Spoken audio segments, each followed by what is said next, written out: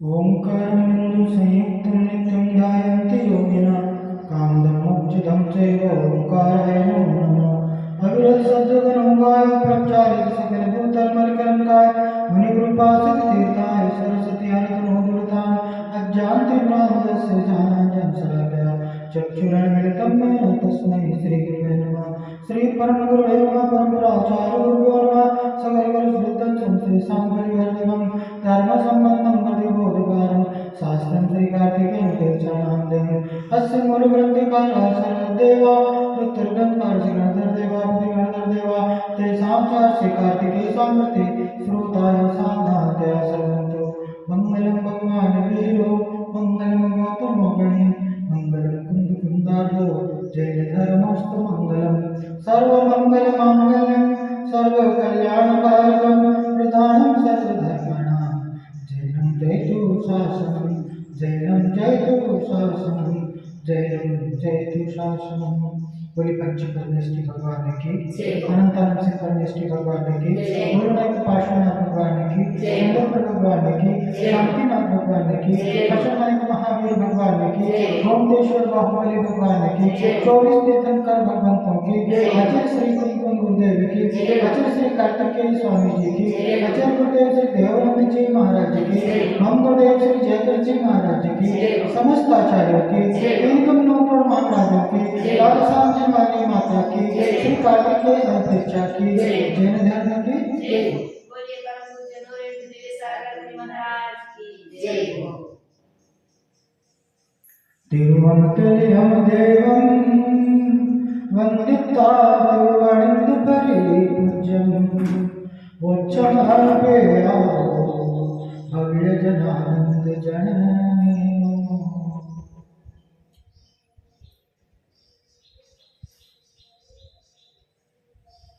पिछली गाथाओं के माध्यम से मुनि धर्म के अंतर्गत 10 धर्मों के स्वरूप को जाना था। आज आचार्य शीलवान की प्रशंसा करते हैं, बड़ाई करते हैं। गाथा अलग से है, मेरे ख्याल से आपकी पुस्तक में ये गाथा नहीं होना चाहिए, नहीं होगा। देखिए जोड़ो भी जारी इधर 404 इधर है जोड़ भी जारी व्यारम तरुणी यन कटक बाण विधोबी जोड़ भी जारी व्यारम तरुणी यन कटक बाण विधोबी सोचे सुरसुरो रणसुरो णो हवे सूरो सोचे सुरसुरो रणसुरो णो हवे सूरो जोड़ विजाति यारम तरुणी कड़क बाण विधोबी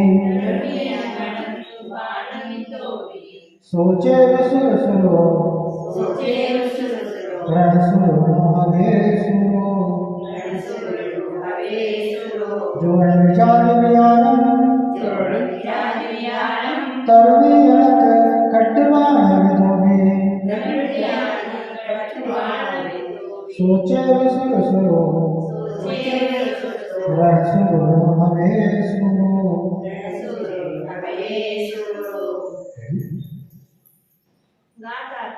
ಯಾರು ತರುಣಿ ಸ್ತ್ರೀಯ ಕಟಾಕ್ಷರೂಪಿ ಬಾಣಗಳಿಂದ ಛೇದಿಸಲ್ಪಟ್ಟರೋ ವಿಕಾರವನ್ನು ಪ್ರಾಪ್ತ ಮಾಡಿಕೊಳ್ಳುವುದಿಲ್ಲ, ಅವನೇ ನಿಜವಾದ ಶೂರನಿದ್ದಾನೆ. ಯಾರು ಸಂಗ್ರಾಮದಲ್ಲಿ ಶೂರನಾಗಿರುತ್ತಾನೆ ಅವನು ಶೂರನಲ್ಲ. ಭಾವ ಮತ್ತು ಹೇಳಿದ್ದಾರೆ, ಭೂಮಿಯ ಮೇಲೆ ಮದೋನ್ಮತ್ತ ಆನೆಯ ಗಂಡಸ್ಥಳವನ್ನು ಭೇದಿಸುವವರನ್ನು ವೀರರೆನ್ನುತ್ತಾರೆ. ಕೆಲವರು ಉಗ್ರಸಿಂಹವನ್ನು ಸಾಯಿಸುವುದರಲ್ಲಿ ಕುಶಲರಾಗಿರುತ್ತಾರೆ.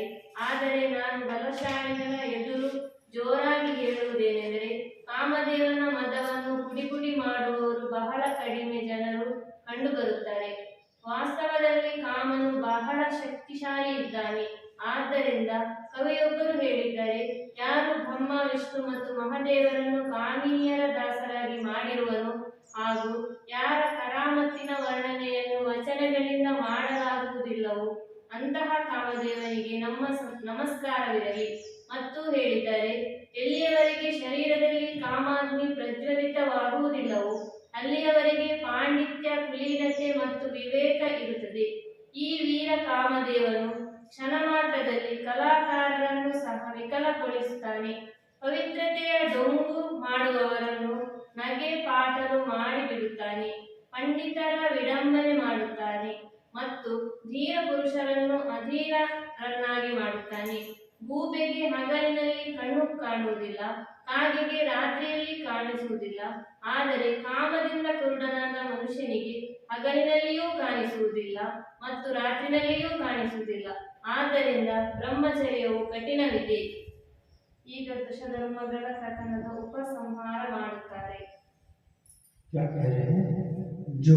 जो पुरुष तरुणी कड़क बाण स्त्रियों के कटाक्ष रूपी बाणों से आहत होकर के भी व्यारण जाते विकारों को प्राप्त नहीं होता है, सो चेव सुरासुर वह शूरवीरों में प्रधान है। रण सुरो न हुए, और जो रण में शूरवीर है वह शूरवीर नहीं। वास्तव में वीर कौन है? यहाँ पर कह रहे हैं कि जो पुरुष तरुणी जनगणक बाण विधोई स्त्रियों के कटाक्ष रूपी बाणों से आहत स्त्री देख दे तो पुरुष वहीं घायल हो जाता है। स्त्रियों के हाव भाव उनके देखने से तो वो क्या होता है, वो प्रभावित नहीं होता।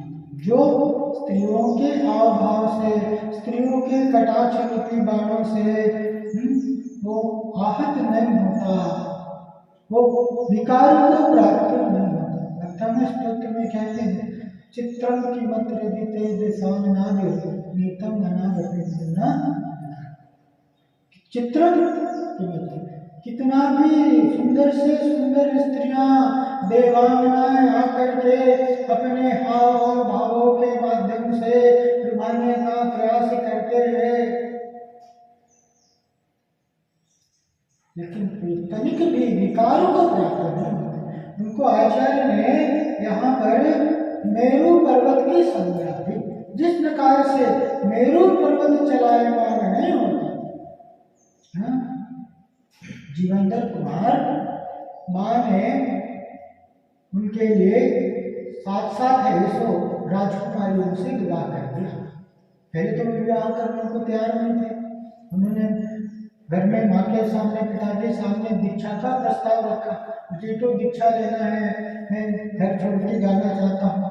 लेकिन माँ पिता के इकलौते पुत्र होने के कारण माँ ने कहा कि मेरी अंतिम इच्छा है, मेरी इच्छा है कि तेरे सिर पर सेहरा देखूं, क्या मेरी इच्छा की पूर्ति नहीं करेगा? तो एक बार सिर्फ एक दिन तेरे सिर पर सेहरा देख लूं, तेरे को दूल्हा बनता हुआ देख लूं, फिर तू भले दूसरे दिन चले जाना, मेरी इच्छा की पूर्ति कर दे। तो जीवनधर कुमार मान गए कि ठीक है, एक दिन के लिए। और माँ ने क्या किया, 7 सुंदर सुंदर है सो राजकुमारी से उनकी विवाह कर दी। अब ऐसे विवाह की पहली रात वे 7 राजकुमारियां जीवनधर कुमार को लुभाने का प्रयास कर रहे हैं, और जीवनधर कुमार अपने वैरागी वाणी से उनको संबोध रहे हैं। क्या हुआ कि सुबह जैसे हुआ जीवनधर कुमार तो दीक्षा 7 उनकी 7 पत्नी, 7 राजकुमारियां देवी माता जी। इस प्रकार से ऐसा भी प्रसंग आ जाए विकार का स्त्री संबंधी, लेकिन किंचित मात्र भी विकार को प्राप्त नहीं होते। कहते हैं आचार्य, सोचेव सुरासुरो, वो शूरवीरों में प्रधान है। युद्ध में चले जाए, बाण आदि तलवार आदि का कौशल दिखा करके तो युद्ध में जो संग्राम को जीत ले, आचार्य कह रहे वो शूरवीर। उन शूरवीरों का भी, उन वीरों में भी प्रधान है, श्रेष्ठ है, जो इन गुणों से सुसज्जित है, जो किंचित अरे ये काम को सुभट कुमारावस्थायामपि निज बलादेन विजित। महावीर अष्टक स्तोत्र में कहते हैं ना कि महावीर भगवान कुमारावस्थाया, आपने तो इस सुभट को कुमार अवस्था में, यौवन अवस्था में ही जीत लिया, इस पर विजय पा लिया। क्या कहते, ब्रह्मा हो, विष्णु हो, महेश हो, सब स्त्रियों के अधीन पाए जाते हैं, लेकिन ऐसे सूरवीर होते हैं, वीरों में प्रधान होते हैं, जो कि काम को अपने वश में कर लेते हैं। सुरोण हो, और जो रण में सूरवीर है वह शूरवीर नहीं है। वास्तव में शूरवीर तो वो है जो इस काम रूपी सुभट को जीत लेते हैं, इस पर विजय पा लेते हैं। आगे इसी को संकोच करते हुए कहते हैं गाथा नंबर 404 404। ऐसो दह प्यारो धर्मो दह लक्षणे हवे नियमा। ऐसो दह प्यारो धर्मो दह लक्षणे हवे नियमा। अन्य अवधि धर्मो हिंसा सोमा बीजहत्ति।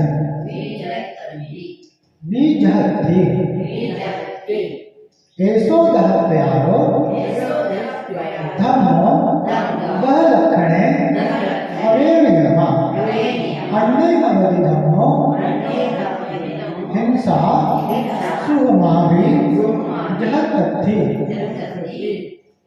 ऐसो दह प्यारो धम्मो दह लक्षणे हवे नियमा। अन्य अवधि धम्मो हिंसा सुमा बीजहत्ति।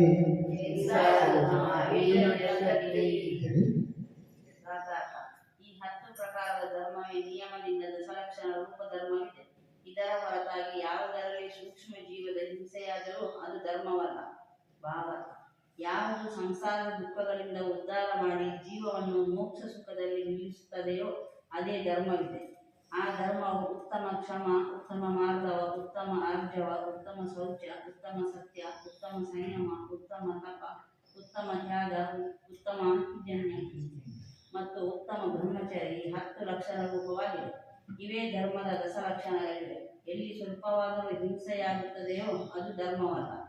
ಮುಂದೆ 3 ಗಾಥೆಗಳ ಮುಖಾಂತರ ಹಿಂಸೆಯನ್ನು ನಿಷೇಧಿಸುತ್ತಾರೆ. ऐसो दह प्यारो धम्मो नियमा दह लक्षण भी। यह 10 प्रकार का धर्म है। नियम से 10 लक्षण रूप धर्म। धर्म किसी का जो संसार के दुखों से छुड़ा करके उत्तम सुख में स्थापित करते। वास्तव में यही 10 प्रकार के धर्म ही नियम से 10 लक्षण रूप धर्म है। उत्तम क्षमा मार्ग आर्जव जो 10 धर्म है, वास्तव में यही धर्म है। अन्नो जाति सुभा में हिंसा धर्मेण हल्दी। और अन्न जहाँ सूक्ष्म हिंसा होवे वहाँ पर धर्म। अहिंसा परमो धर्म। जहाँ पर किंचित मात्र भी सूक्ष्मता से भी हिंसा हो रही है वहाँ किसी भी प्रकार का धर्म नहीं हो सकता।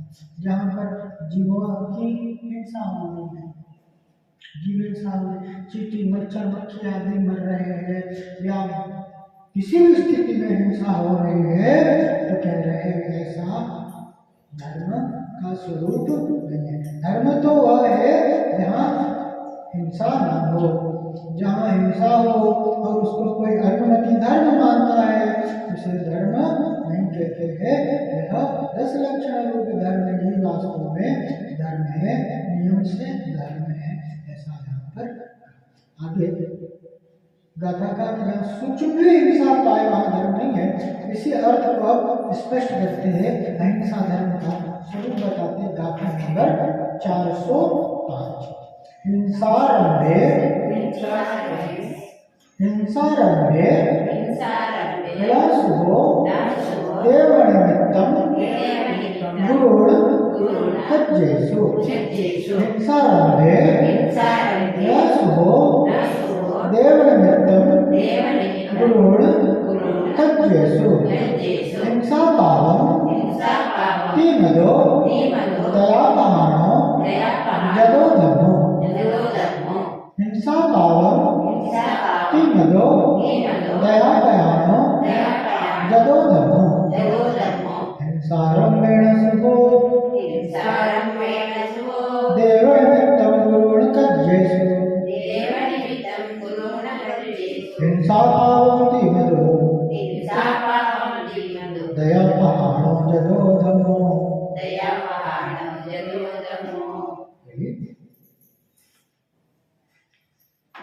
ಗಾತಾರ್ಥ ಹಿಂಸೆಯನ್ನು ಪಾಪ ಎಂದಿರುವುದರಿಂದ ಮತ್ತು ಧರ್ಮವನ್ನು ದಯಪ್ರದಾನ ಎಂದಿರುವುದರಿಂದ ದೇವರ ನಿಮಿತ್ತದಿಂದ ಅಥವಾ ಗುರುಗಳ ಕಾರ್ಯದ ನಿಮಿತ್ತದಿಂದಲೂ ಹಿಂಸೆಯನ್ನು ಮಾಡುವುದು ಒಳ್ಳೆಯದಲ್ಲ.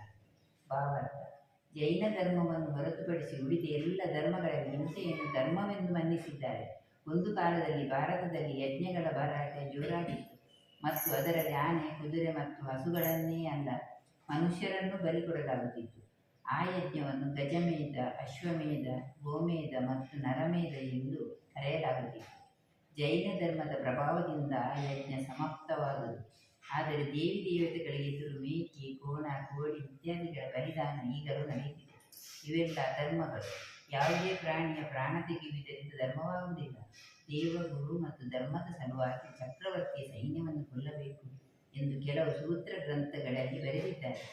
ಯಾವ ಸಾಧುವು ಹೀಗೆ ಮಾಡುವುದಿಲ್ಲವೋ ಅವನು ಅನಂತ ಕಾಲದವರೆಗೆ ಸಂಸಾರದಲ್ಲಿ ಭ್ರಮಣ ಮಾಡುತ್ತಾನೆ. ಕೆಲವೆಡೆ ಮಾಂಸಾಹಾರ ವಿಧಾನವೂ ಇದೆ. ಗ್ರಂಥಕಾರರು ಮೇಲಿನ ಗಾಥೆಗಳ ಮುಖಾಂತರ ಈ ಎಲ್ಲ ಪ್ರಕಾರದ ಹಿಂಸೆಗಳನ್ನು ನಿಷೇಧಿಸಿದ್ದಾರೆ. ಅವರ ಹೇಳಿಕೆ ಎಂದರೆ ಧರ್ಮದ ಹೆಸರಿನಲ್ಲಿ ಮಾಡಲಾಗುವ ಹಿಂಸೆಯು ಶುಭವಲ್ಲ. ಅಥವಾ ಈ ಗಾಥೆಯು ಇನ್ನೊಂದು ವ್ಯಾಖ್ಯಾನ ಹೀಗೂ ಇದೆ: ದೇವಪೂಜೆ, ಚೈತ್ಯಾಲಯ, ಸಂಘ ಮತ್ತು ಯಾತ್ರೆ ಇತ್ಯಾದಿಗಳಿಗೆ ಮುನಿಗಳು ಆರಂಭ ಮಾಡುವುದು ಸರಿಯಲ್ಲ. ಹಾಗೂ ಗುರುಗಳಿಗಾಗಿ ವಸತಿಯನ್ನು ನಿರ್ಮಿಸುವುದು, ಭೋಜನ ತಯಾರಿಸುವುದು, ಸಚಿತ್ ಜಲಫಲ ಧಾನ್ಯ ಇತ್ಯಾದಿಗಳನ್ನು ಪ್ರಸ್ತುತ ಮಾಡುವುದು ಮೊದಲಾದ ಆರಂಭವನ್ನು ಮುನಿಗಳು ಮಾಡುವುದು ಉಚಿತವಲ್ಲ. ಏಕೆಂದರೆ ಇವೆಲ್ಲವೂ ಆರಂಭ ಹಿಂಸೆಯ ಕಾರಣವಿದೆ. ವಸುನಂದಿ ಆಚಾರ್ಯರು ಯತಿ ಆಚಾರವನ್ನು ತಿಳಿಸುತ್ತಾ ಬರೆದಿದ್ದಾರೆ: ನಿಗ್ರಂಥ ಮುನಿಗಳು ಪಾಪದ ಭಯದಿಂದ ತನ್ನ ಮನವಚನ ಕಾಯವನ್ನು ಶುದ್ಧಗೊಳಿಸಿ ಜೀವನ ಪರ್ಯಂತ ಸಾವಧ್ಯ ಯೋಗಗಳ ತ್ಯಾಗ ಮಾಡುತ್ತಾರೆ. ಹಾಗೂ ಮುನಿಗಳು ಹಸಿರು ಹುಲ್ಲು, ವೃಕ್ಷ, ತೊಗಟೆ, ಎಲೆ, ಕಂದಮೂಲ, ಫಲ, ಪುಷ್ಪ ಮತ್ತು ಬೀಜ ಇತ್ಯಾದಿಗಳ ಛೇದನ ಭೇದನವನ್ನು ಸ್ವಯಂ ಮಾಡುವುದಿಲ್ಲ ಹಾಗೂ ಬೇರೆಯವರಿಂದ ಮಾಡಿಸುವುದಿಲ್ಲ. ಹಾಗೂ ಮುನಿಗಳು ಪೃಥ್ವಿಯನ್ನು ಅಗೆಯುವುದು, ನೀರನ್ನು ಚೆಲ್ಲುವುದು, ಅಗ್ನಿಯನ್ನು ಉರಿಸುವುದು, ವಾಯುವನ್ನು ಉತ್ಪತ್ತಿ ಮಾಡುವುದು ಮತ್ತು ತ್ರಿಷಘಾತವನ್ನು ಸ್ವಯಂ ಮಾಡುವುದಿಲ್ಲ ಮತ್ತು ಬೇರೆಯವರಿಂದ ಮಾಡಿಸುವುದಿಲ್ಲ. ಮತ್ತು ಯಾರಾದರೂ ಮಾಡುತ್ತಿದ್ದರೆ ಅದರ ಅನುಮೋದನೆಯನ್ನು ಮಾಡುವುದಿಲ್ಲ. हिंसा पावंती मदो जदो धर्मो दयापहानो जिससे हिंसा हो वह पाप है, धर्म है। धर्म तो वह है जो दया ऐसा देवनिमित्तम गुरु हिंसारंभो है। इसलिए देव के निमित्त तथा गुरु के कार्य के निमित्त भी हिंसा आरंभ शुभ नहीं है। क्या कह रहे हैं कि हिंसा पावंती मदो जदो धर्मो दयापहानो, कि जिससे हिंसा हो वह पाप है। चाहे धर्म के नाम पर भी हिंसा हो रही हो तो वह धर्म की श्रेणी में नहीं आएगा। किसी भी स्थिति में हिंसा पाप रूप ही है। अरे धर्म तो वह है जो दया से हो। धर्म से मूलम दया, दया धर्म का मूल है और हिंसा पाप का मूल है। दोनों तो बिल्कुल विपरीत है, तो वहाँ हिंसा में किस प्रकार से धर्म हो सकता है? देव निमित्तम, देव के निमित्त कोई देवी प्रसन्न हो जाएगी तो उसके लिए कोई देव आदि के लिए बलि आदि चढ़ाना, बकरा आदि काटना, कह रहे वो धर्म। वो देवी रक्त पीती है, रक्तेश्वरी, वो उसको रक्त चढ़ाओ या करके नहीं, धर्म नहीं। हिंसा, चाहे वो देव हो चाहे वो देवी हो, उसके निमित्त से किसी भी जीव की हिंसा करके धर्म मानना अज्ञानता है, पाप है, धर्म नहीं। देव निमित्तम के पहले के समय में अश्वमेध यज्ञ होते थे। अश्वमेध यज्ञ गोमेव और नरमेव के नाम से मनुष्यों को मारा जाता था, गायों बकरों आदि को मारा जाता था, अश्व आदि का यज्ञ किया जाता था।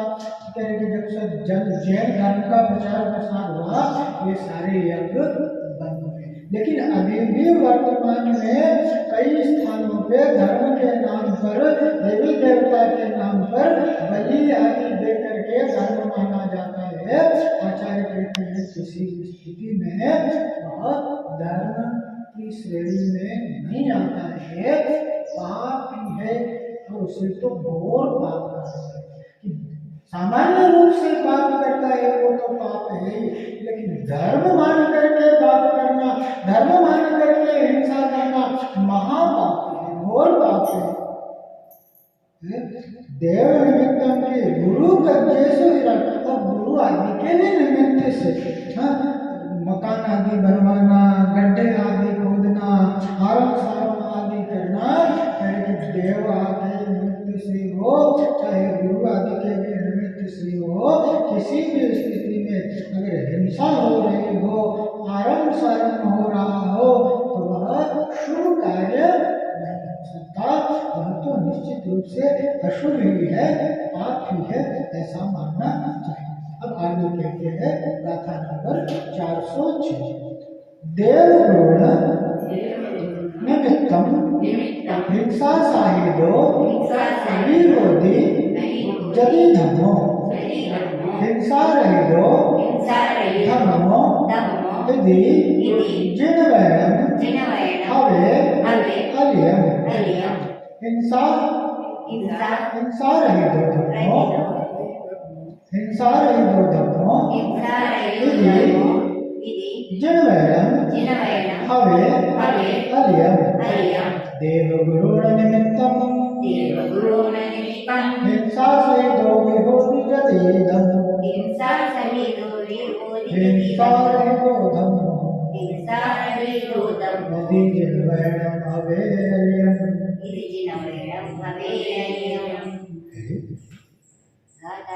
ಒಂದು ವೇಳೆ ದೇವ ಮತ್ತು ಗುರುಗಳ ನಿಮಿತ್ತದಿಂದ ಹಿಂಸೆಯ ಆರಂಭ ಮಾಡುವುದು ಧರ್ಮವಾದರೆ ಧರ್ಮವು ಹಿಂಸಾರಹಿತವಾದುದು ಎಂಬ ಜಿನ ಭಗವಾನರ ಹೇಳಿಕೆಯ ಸತ್ಯವಾಗುವುದು. ಭಾವಾರ್ಥ: ಗೃಹಸ್ಥರು ಆರಂಭ ಮಾಡದೆಯೇ ಇರಲಾರರು ಮತ್ತು ಹಿಂಸೆ ಸಂಭವಿಸಿದಂಥ ಯಾವುದೇ ಆರಂಭ ಇಲ್ಲ. ಆದ್ದರಿಂದ ಗೃಹಸ್ಥರಿಗೆ ಆರಂಭ ಹಿಂಸೆ ತ್ಯಾಗ ಸಾಧ್ಯವಿಲ್ಲ. ಆದರೆ ಮುನಿಗಳು ಗೃಹವಾಸಿಗಳಾಗಿರುವುದಿಲ್ಲ, ಆದ್ದರಿಂದ ಅವರು ಆರಂಭ ಹಿಂಸೆಯನ್ನು ತ್ಯಜಿಸುತ್ತಾರೆ. ಅವರು ಕೇವಲ ತಮಗಾಗಿ ಆರಂಭ ಮಾಡುವುದಿಲ್ಲ. ಅಷ್ಟೇ ಅಲ್ಲದೆ ದೇವ ಮತ್ತು ಗುರುಗಳ ನಿಮಿತ್ತದಿಂದಲೂ ಯಾವುದೇ ಆರಂಭವನ್ನು ಸ್ವಯಂ ಮಾಡುವುದಿಲ್ಲ, ಬೇರೆಯವರಿಂದ ಮಾಡಿಸುವುದಿಲ್ಲ ಮತ್ತು ಇಂಥ ಆರಂಭದ ಅನುಮೋದನೆಯನ್ನು ಮಾಡುವುದಿಲ್ಲ. यदि देवगुरु निमित्तम, यदि देवगुरु के निमित्त भी हिंसा सहितो विधर्म होते, हिंसा का आरंभ यति का धर्म हो तो धर्म में हिंसा, ये दो धर्म हिंसा रहित है। यदि जिनवैणम हवे, ऐसा जिनेंद्र भगवान का वचन है, भले झूठा सिद्ध होगा, क्योंकि भगवान ने धर्म हिंसा रहित कहा है। यदि देवगुरु निमित्तम, यदि देव गुरु के निमित्त से भी हिंसा सहितो विधर्म होते, हिंसा का आरंभ यति का धर्म हो तो देव गुरु के निमित्त से भी हिंसा का आरंभ हो, यति का ऐसा होने का धर्म हो, मेरे के धर्म में हिंसा दो, मेरे धर्म तो हिंसा से रहित है। यदि जिनवैणम हवे, और ऐसा जिनेंद्र देव का वचन, जिनेंद्र देव ने कहा कि हिंसा में धर्म नहीं है, और अगर हिंसा में धर्म माना जाएगा तो यदि जिनवैणम हवे, जिनेंद्र देव का वचन अलियम झूठा हो जाएगा, असत्य सिद्ध हो जाएगा। भगवान ने धर्म को तो हिंसा से रहित कहा और देवगुरु का के कार्य के निमित्त से उन्हें हिंसा आरंभ नहीं करते। मुनि आदि का हिंसा आरंभ आदि का त्याग होता है। हाँ, तो कह रहे हैं कि भाई तो मिथ्या है, झूठा हो जाएगा अगर इसमें धर्म माना जाएगा, ऐसा नहीं है। अब इस धर्म की दुर्लभता को बताते हैं। कथा नंबर 407 यदि ऐसो जिन धर्मो अलग पूर्वो अड़ाई काले में यदि ऐसो जिन धर्मो अलग पूर्वो अड़ाई काले में मिच्छत संविधानम जीवाणम लब्धि हीराणम मिच्छत संविधानम जीवाणम लब्धि हीराणम यदि ऐसो जिन धर्मो अलग पूर्वो अड़ाई काले में मिच्छत संविधानम जीवाण लब्धि हीराणम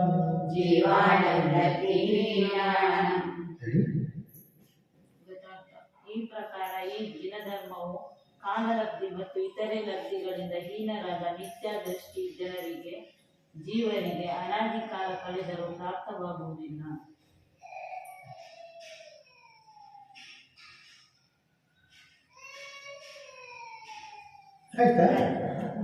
मैंने सोचा बच्चे के कारण हम भी चुप हो गए।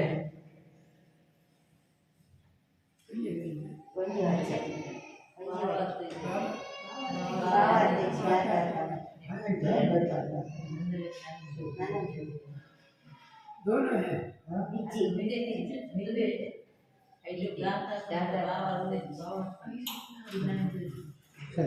यदि ऐसे जन हो इस प्रकार से यह जिनेश्वर देव का धर्म अनादि काल में लब्धि हीराणम जिनको स्वकाल आदि की प्राप्ति नहीं हुई है, ऐसा मिच्छत्व संविधानम जीवाणम मिथ्यात्व सहित जीव के अबलब्ध पूर्व है तथा पहले कभी नहीं पाया गया प्राप्त हुआ।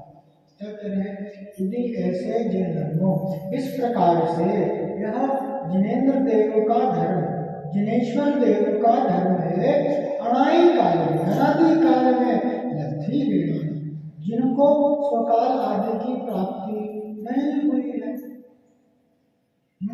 अनादि काल से जिनके लिए 7 तत्वों का श्रद्धान कभी हुआ ही नहीं, मिथ्यात्व के कारण जीव आश्रय बंध संवर निर्जरा मोक्ष मैं कौन हूँ अपने स्वरूप का बोध हुआ ही नहीं। अनादि काल से स्वकाल आदि की प्राप्ति स्वरूप बोध आदि की प्राप्ति स्वयं के बारे में विचार ही नहीं कर पाया। मिथ्यात्व का ऐसा उदय था कि अलग पूर्व अर्थात पहले कभी नहीं पाया, बहुत दुर्लभ है। बिना तत्पर श्रद्धान के हिंसा धर्म की प्राप्ति कैसे? जीव आदि तत्वों का श्रद्धान जब तक नहीं होगा तब तक अहिंसा की प्राप्ति नहीं। जीवों के प्रति दया का भाव किसे हो? जो स्वयं को जीव जानेगा वो औरों को जीव जानेगा। घर परिवार में आपसी ऐसा जुड़ाव होता है कि चोट तो भाई को लगती है और दर्द किसे होता है? भाई। चोट छोटे भाई को लगी और बड़े भाई को दर्द हो रहा है। भाई बेटा हॉस्पिटल में एडमिट है और माता पिता चिंतित है घर में, उनको तो चोट नहीं लगी ना, लेकिन उनको नींद नहीं आ रही है, वे व्यथित है। ऐसा अपना कर्म जहाँ पर होता है वहाँ पर समानता का भाव होता है। ऐसा ही जो जीव अपने समान अपने रूप स्वयं को जानेगा, अरे स्वयं की पहचान जब तक नहीं होगी, स्वयं को जीव जब तक नहीं जानेगा तो औरों को जीव, जो स्वयं को जीव जानेगा तो औरों को भी जीव मानेगा।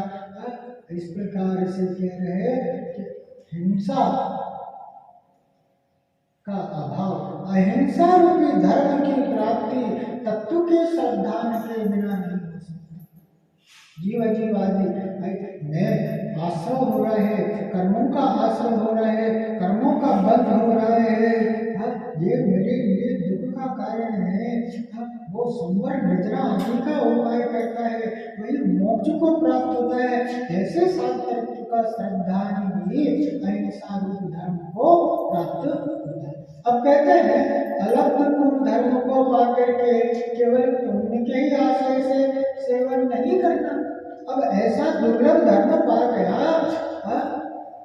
तो क्या करना कि पुण्य में ही संतुष्ट होकर के मत रह जाना।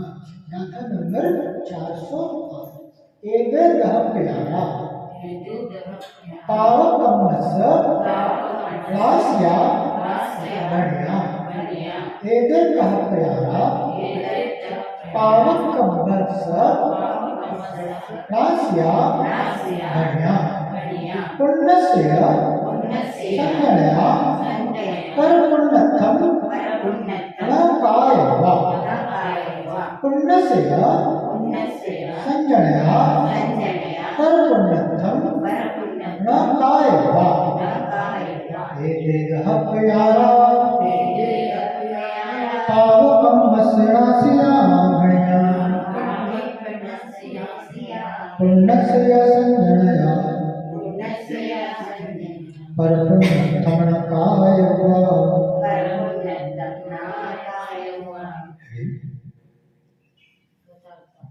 ಈ ಧರ್ಮದ 10 ಭೇದಗಳು ಪಾಪಕರ್ಮದ ನಾಶ ಮತ್ತು ಪುಣ್ಯಕರ್ಮದ ಬಂಧ ಮಾಡುವಂತಹವುಗಳೆಂದು ತಿಳಿಸಿದ್ದಾರೆ. ಆದರೆ ಇವುಗಳನ್ನು ಪುಣ್ಯದ ಸಲುವಾಗಿ ಮಾಡಬಾರದು. ಭಾವಾರ್ಥ: ಸತಾವೇದನೀಯ ಶುಭಾಯುಗಳಾದ ತಿರ್ಯಂಚಾಯು, ಮನುಷ್ಯಾಯು ಮತ್ತು ದೇವಾಯು ಶುಭಗೋತ್ರ ಹಾಗೂ ನಾಮಕರ್ಮದ 37 ಶುಭ ಪ್ರಕೃತಿಗಳು, ಇವು 42 ಪುಣ್ಯ ಕರ್ಮಗಳಿವೆ ಮತ್ತು 4 ಘಾತಕರ್ಮಗಳು, 47 ಪ್ರಕೃತಿಗಳು. ವೇದನೀಯ ನರಕಾಯು, ನೀಚ ಗೋತ್ರ ಹಾಗೂ ನಾಮಕರ್ಮದ 34 ಅಶುಭ ಪ್ರಕೃತಿಗಳು. ಈ 84 ಪಾಪಕೃತ್ಯಗಳಿವೆ. ದಶಲಕ್ಷಣ ಧರ್ಮವನ್ನು ಪಾಪದ ನಾಶ ಮಾಡುವಂತಹ ಮತ್ತು ಪುಣ್ಯದ ಸಂಚಯ ಮಾಡುವಂತಹುದೆಂದು ತಿಳಿಸಿದ್ದಾರೆ. ಆದರೆ ಪುಣ್ಯ ಸಂಚಯದ ಭಾವನೆಯಿಂದ ಈ 10 ಧರ್ಮಗಳ ಪಾಲನೆಯನ್ನು ಮಾಡಬಾರದು. ಏಕೆಂದರೆ ಪುಣ್ಯವು ಕರ್ಮ ಬಂಧವೇ ಇದೆ, ಆದ್ದರಿಂದ ಅದು ಸಹ ಸಂಸಾರದ ಕಾರಣವಿದೆ. ಈಗ 4 ಘಾತಕಗಳ ಮುಖಾಂತರ ಪುಣ್ಯಕರ್ಮದ ಇಚ್ಛೆಯನ್ನು ನಿಷೇಧಿಸುತ್ತಾರೆ. क्या कह रहे हैं? ऐसे दह प्यारा, ये 10 प्रकार के धर्म के भेद पाप पुण्य से नाशिया, पाप कर्म के तो नाश करने वाले या पुण्य से संजया और पुण्य कर्म को उत्पन्न करने वाले बढ़िया कहे गए। और पुण्यत्म न कायवा, परंतु केवल पुण्य ही के प्रयोजन से इनको अंगीकार करना उचित नहीं है। जैसा कि 10 प्रकार के जो ये धर्म है, ये धर्म नियम से पाप का नाश करने वाले हैं और यह पुण्य से संजय और पुण्य कर्म को उत्पन्न करना। धर्म से पाप का नाश होता है और पुण्य की उत्पत्ति होती है, पुण्य की प्राप्ति होती है। लेकिन कह रहे कि पुण्य की इच्छा से धर्मों को मत करना। पुण्य के प्रति चाह लगी रहती है ना कि भाई पुण्य पुण्य पुण्य, लेकिन पुण्य हो चाहे पाप हो, दोनों कर्म बंध के कारण है। पुण्य से शुभ की प्राप्ति होती है और पाप से अशुभ की प्राप्ति होती है।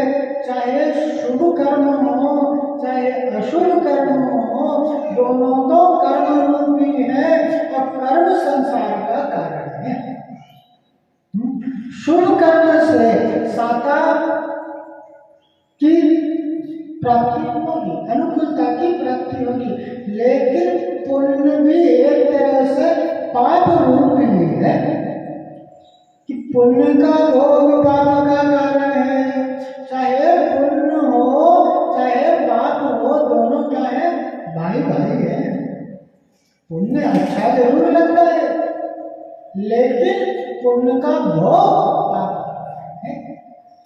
पुण्य के फल में भोग की प्राप्ति होगी, सांसारिक सुखों की प्राप्ति होगी।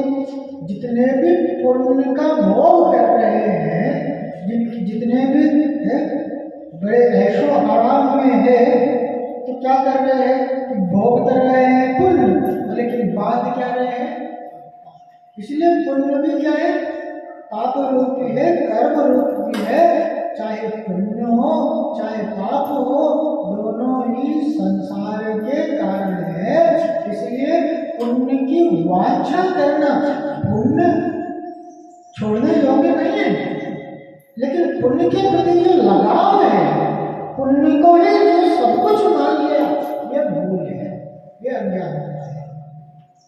इसी बात को विशेषता से आगे बताते हैं। गाथा नंबर 400। पुण्यंपि जो समच्छति संसारोतेन इति होति।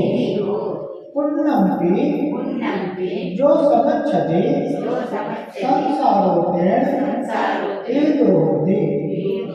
पुण्यं सुगैहेतुं पुण्यक्षयणेव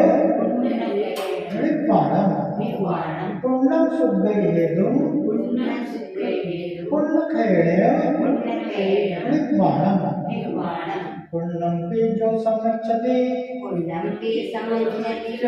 संसारोतेन इतो होति। पुण्यं सुगैहेतुं पुण्यक्षयणेव निर्वाणम्। ಯಾರು ಪುಣ್ಯವನ್ನು ಬಯಸುತ್ತಾರೋ ಅವರು ಸಂಸಾರವನ್ನು ಬಯಸುತ್ತಾರೆ. ಏಕೆಂದರೆ ಪುಣ್ಯವು ಸುಗತಿಯ ಕಾರಣವಿದೆ.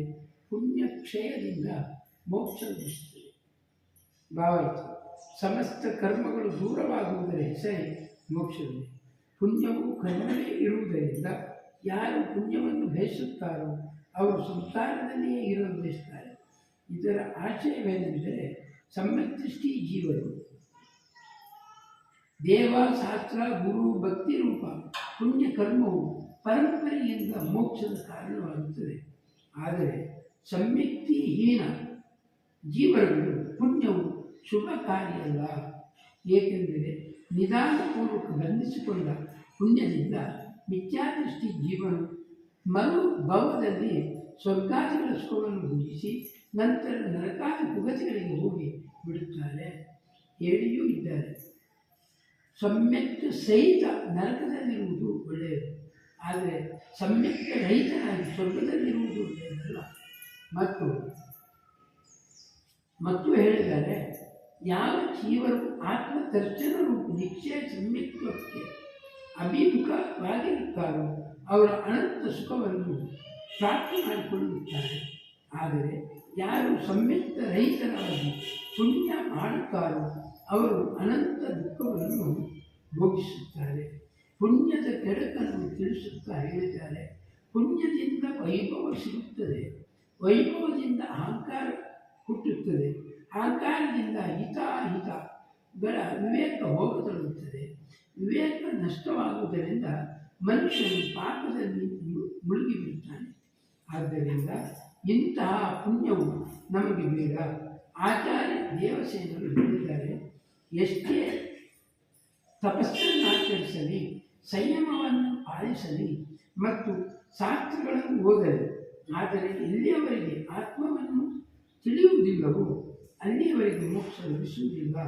ಯೋಗೀಂದ್ರ ದೇವರು ಹೇಳಿದ್ದಾರೆ, ಪಾಪದಿಂದ ಜೀವನು ನಾರಕಿ ಮತ್ತು ತಿರಿಯಂಚನಾಗುತ್ತಾನೆ, ಪುಣ್ಯದಿಂದ ದೇವನಾಗುತ್ತಾನೆ.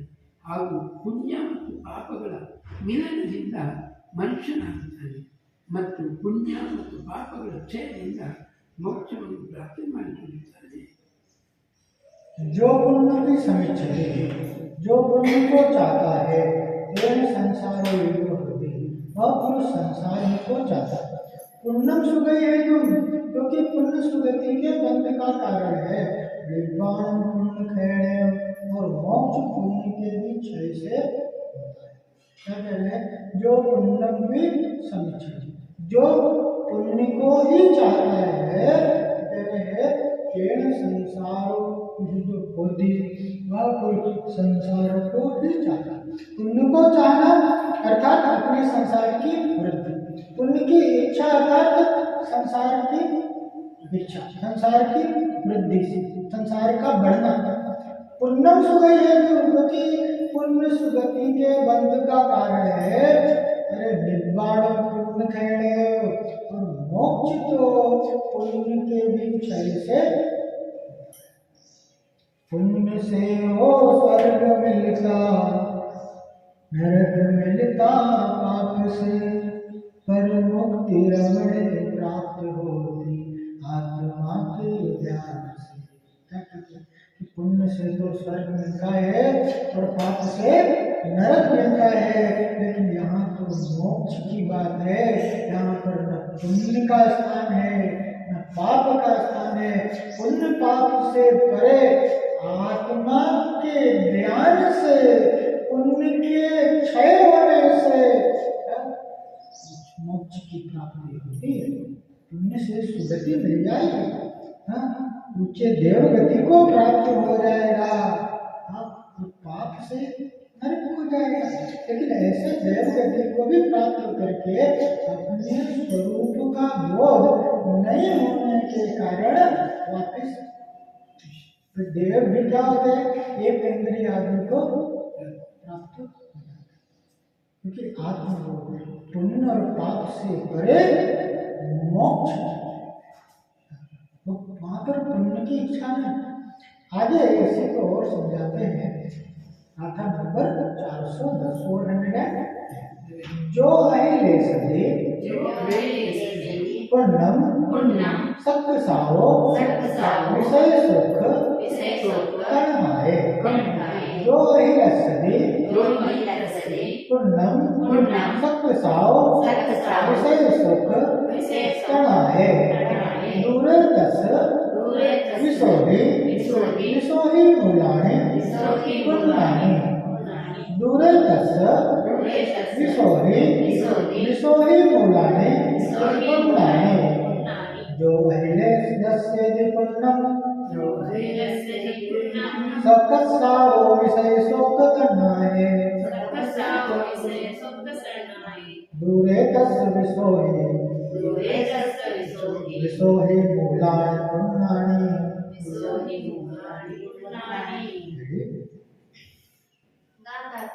ಯಾರು ಕಷಾಯ ಸಹಿತರಾಗಿ ವಿಷಯ ಸುಖದ ತೃಷ್ಣೆಯಿಂದ ಪುಣ್ಯದ ಅಭಿಲಾಷೆ ಮಾಡುತ್ತಾರೋ ಅವರಿಂದ ವಿಶುದ್ಧಿ ದೂರವಿರುತ್ತದೆ ಮತ್ತು ಪುಣ್ಯ ಕರ್ಮದ ಮೂಲವೇ ವಿಶುದ್ಧಿ ಇದೆ. ಭಾವ: ಯಾವ ಮನುಷ್ಯರು ನೋಡಿದ, ಕೇಳಿದ ಅಥವಾ ಭೋಗಿಸಿದ 5 ಇಂದ್ರಿಯಗಳ ವಿಷಯಗಳ ತೃಷ್ಣೆಯಿಂದ ಪೀಡಿತರಾಗಿ ನನಗೆ ಸ್ವರ್ಗ ಸಿಗುವುದು ಮತ್ತು ಅಲ್ಲಿ ನಾನು ದೇವಾಂಗನೆಯರ ಜೊತೆ ಭೋಗವಿಲಾಸ ಮಾಡುತ್ತೇನೆಂದು ವಿಚಾರ ಮಾಡಿ ಪುಣ್ಯಕರ್ಮ ಮಾಡಲು ಬಯಸುತ್ತಾನೋ ಆ ಮನುಷ್ಯರಿಗೆ ತೀವ್ರ ಕಷಾಯವಿರುತ್ತದೆ.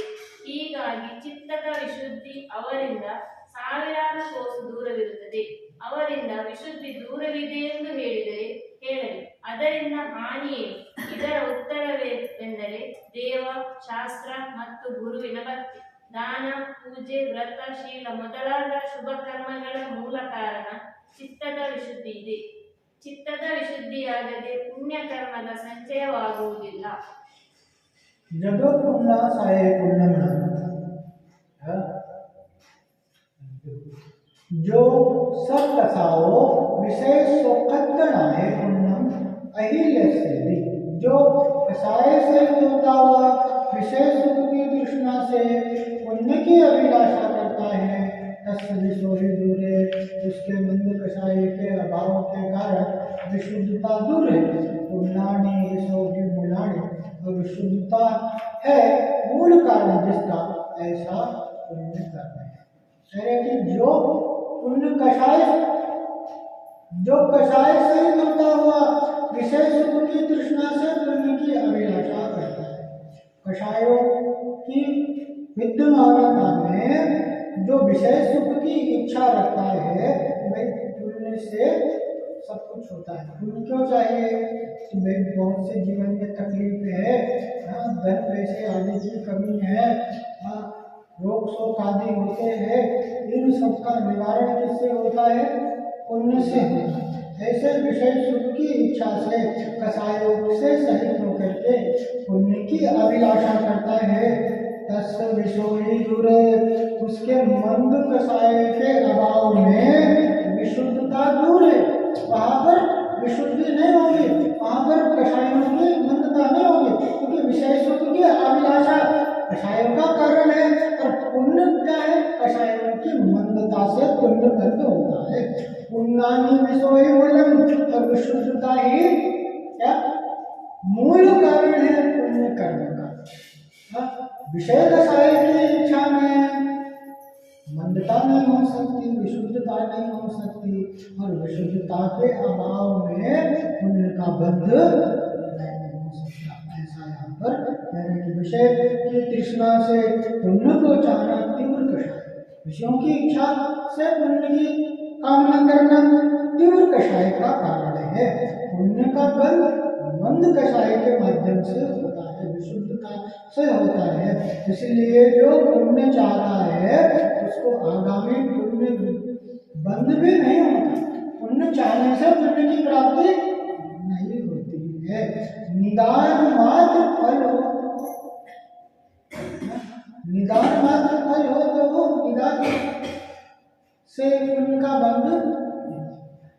फिर आगे क्या कहते हैं? गाथा नंबर 411, पुण्यासाय पुण्यम जदो निर्हस पुण्य संपत्ति, पुण्यासाय पुण्यम जदो निर्हस पुण्य संपत्ति,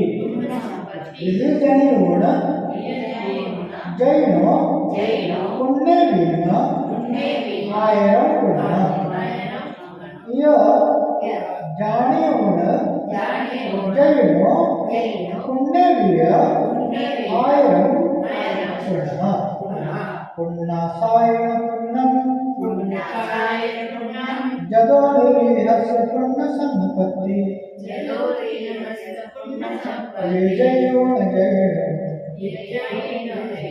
पुण्यो वीरमायरम पुण्य।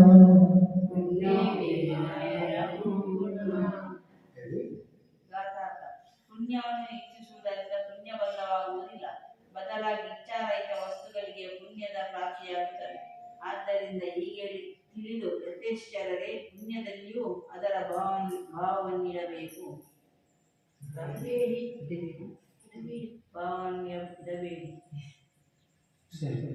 जदो पुण्यासाय पुण्यम, क्योंकि पुण्य की वांछा से तो पुण्य बंध होता नहीं।